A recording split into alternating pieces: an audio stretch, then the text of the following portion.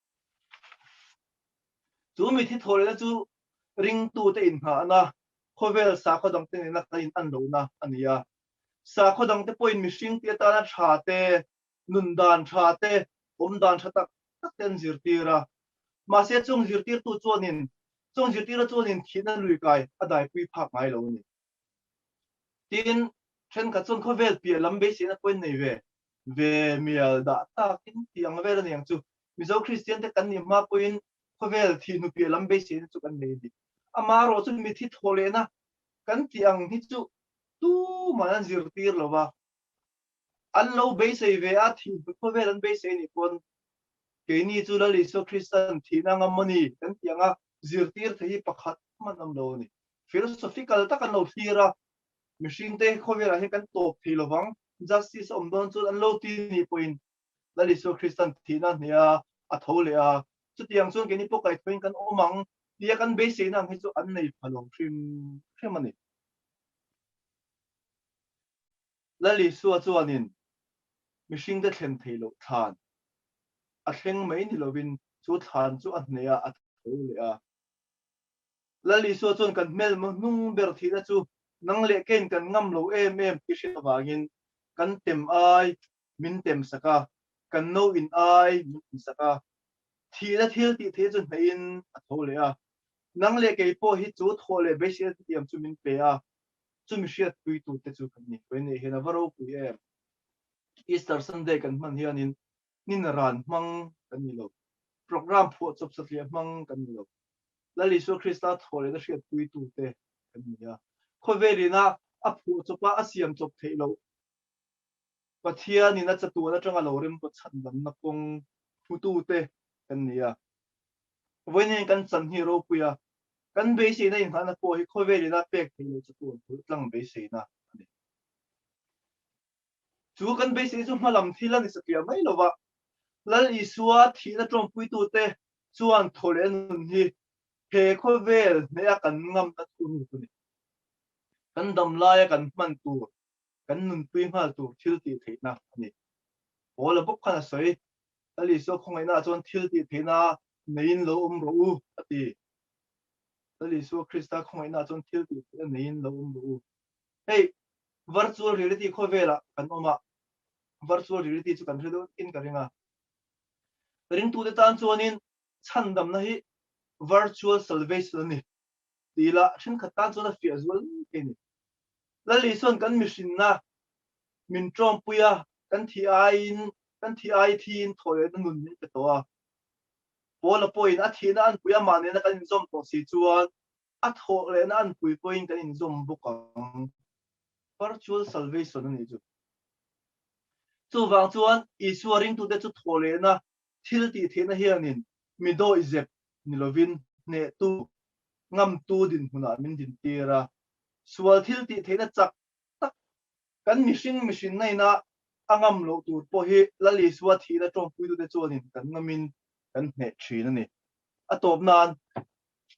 chu thole na thil ti thena chu amang thiama pia hinan lo pui an thamun pui thin kan man ngal thei ani wangin amang thiama pia ngin an hlok puya an chor thin ani